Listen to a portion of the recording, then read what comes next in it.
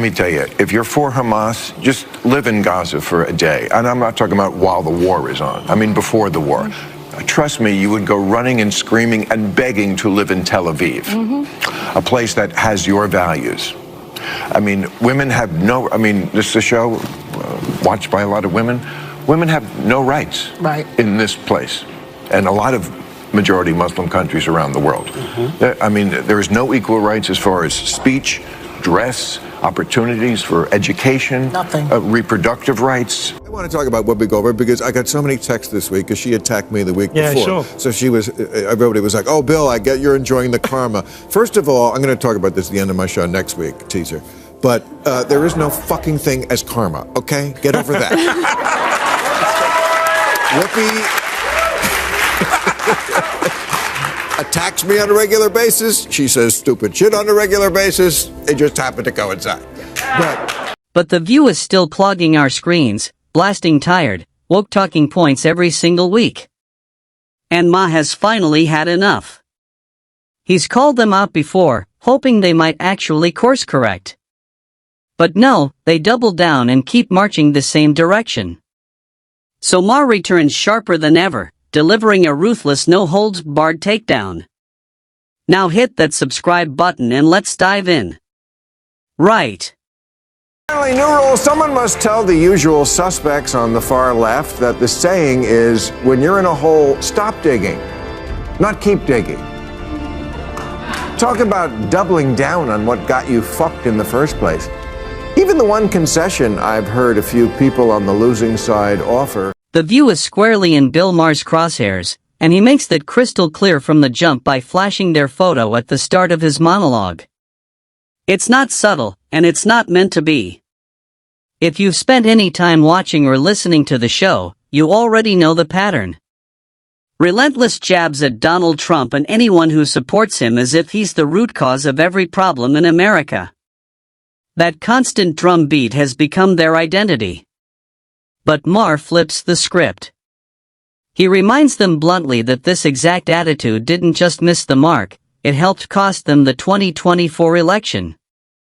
Instead of self-reflection, they've doubled down, digging deeper into the same hole. And Maher's message is simple. Stop digging before it gets worse. That alone lands like a thunderclap. But what he says next, that's the part guaranteed to send the hosts into full-blown panic mode. Yeah, I got bad news for you. They don't have a monopoly on stupid. You wear Queers for Palestine t-shirts and masks 2 years after the pandemic ended. And you can't define woman, I mean person who menstruates. You're the teachers union education party and you've turned schools and colleges into a joke. You just lost a crazy contest to an actual crazy person. Bill Maher isn't pulling this out of thin air.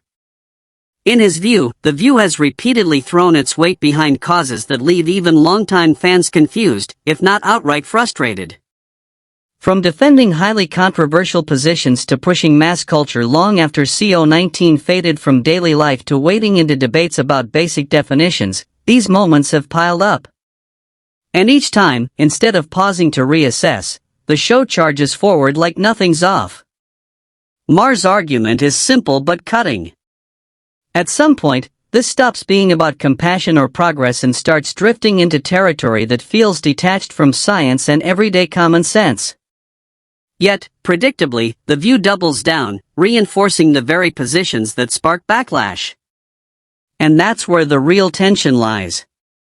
Because the more they insist they're speaking for ordinary people, the more they risk sounding completely out of touch with them. You love to speak truth to power, and we always should, but you have completely lost the ability to speak truth to bullshit. The Democratic polling firm Blueprint told Democrats months ago that black voters, aka their supposedly liberal base, were more likely to find the president too liberal than too conservative. They also found that voters didn't just want Harris to distance herself from Biden, they wanted her to distance herself from what they believe the entire Democratic Party has become, a Portlandia sketch. Bill Maher argues that The View loves to brand itself as speaking truth to power, which in practice often means nonstop criticism of Donald Trump, but shies away from turning that same scrutiny inward. In his telling, that imbalance matters. While the panel stayed locked into familiar talking points, they struggled to grapple with the deeper issues that hurt Kamala Harris at the ballot box. Ma suggests warning signs were there: shifting voter priorities, frustration over the economy, and signs that parts of the electorate were reconsidering old loyalties. Yet, instead of sounding the alarm or challenging their own side, the show kept reinforcing the same narrative. That's the heart of his critique. When a platform claims to challenge power, but avoids uncomfortable conversations within its own camp, it risks missing the moment entirely and losing the audience it says it represents. I want to talk about Whoopi Goldberg because I got so many texts this week because she attacked me the week before. Sure. So everybody was like, "Oh, Bill, I get you're enjoying the karma." First of all, I'm going to talk about this at the end of my show next week, teaser. But there is no fucking thing as karma, okay? Get over that. Whoopi attacks me on a regular basis. She says stupid shit on a regular basis. They just happen to coincide. But Bill Maher doesn't hold back when summing up Whoopi Goldberg's run on The View, painting it as a stretch marked by head-scratching statements that have repeatedly landed her in hot water, often followed by public apologies or even suspensions. And to be fair, she's not alone. The show thrives on bold takes. But Maher's point is sharper. Whoopi's comments, more than most, tend to drift into territory that feels disconnected from reality. He hasn't forgotten their clashes either. During CO19, Whoopi went after Ma for criticizing prolonged mass culture, while Ma fired back at what he saw as inconsistent, overly rigid thinking. That back and forth didn't just fade, it exposed a deeper ideological divide. And that's what Maher keeps circling back to. When commentary starts sounding detached from common sense, audiences notice. Is that the point of view from a black person is often going to be very different and sometimes shocking to a white person. I pulled the quote from when Whoopi defended Michael Vick. Remember Michael Vick was the football player who was electrocuting dogs? And I'm a lifelong PETA board member. You know, okay. Also someone who believes the Nazis were very racist. Okay. Oh, you. But here's what she said about Michael Vick. He's from the South. This is part of his cultural upbringing. For a lot of people, dogs are sport. Instead of just saying he's a beast and he's a monster, this is a kid who comes from a culture where this is not questioned. Okay? You see the point here? Again, I don't agree with her on Michael Vick. Bill Maher then zeroes in on the stark contrast between his worldview and that of Whoopi Goldberg, highlighting just how far apart they are on certain issues. Ma frames it as a fundamental clash of principles where he sees clear lines. Whoopi often sees context in cultural nuance. But in his telling, that nuance sometimes crosses into territory that simply doesn't add up. He points to moments where she's defended actions that on the surface seem indefensible, like excusing harm toward animals on the grounds that it's tied to cultural practices. For Maher, that's a bridge too far. To him, cruelty is cruelty, regardless of where it happens or why it's done. And that's the tension he leans into. If everything can be justified through culture, then where do you draw the line? It's a question he throws out bluntly and one that cuts right to the core of their divide. Do problems remain pertaining to racism and sexism? Of course. But a poll last year asked, if America is the greatest country in the world, more blacks and Hispanic Americans agreed with that than the white progressives. It asked if racism is built into our society. White progressives agreed with that at higher levels than black and Hispanic people. It asked if government should increase border security. Same result. Hispanic Americans are less okay with illegal immigration than whitey. Members of The View often zero in on racism, sexism, and immigration as if those are the defining day-to-day struggles for every minority community in America. The framing is constant, almost reflexive, but the pushback highlighted by voices like Bill Maher is that this narrative can feel overly narrow and at times disconnected from what many people actually prioritize. Polling and voter feedback in recent years suggest a more complex picture. Concerns about the economy, public safety, education, and border control often rank just as high, sometimes higher, than the issues the show emphasizes. Yet, the way these topics are discussed on air can make it seem like identity-based struggles are the sole lens through which everything should be viewed. That disconnect is where criticism builds.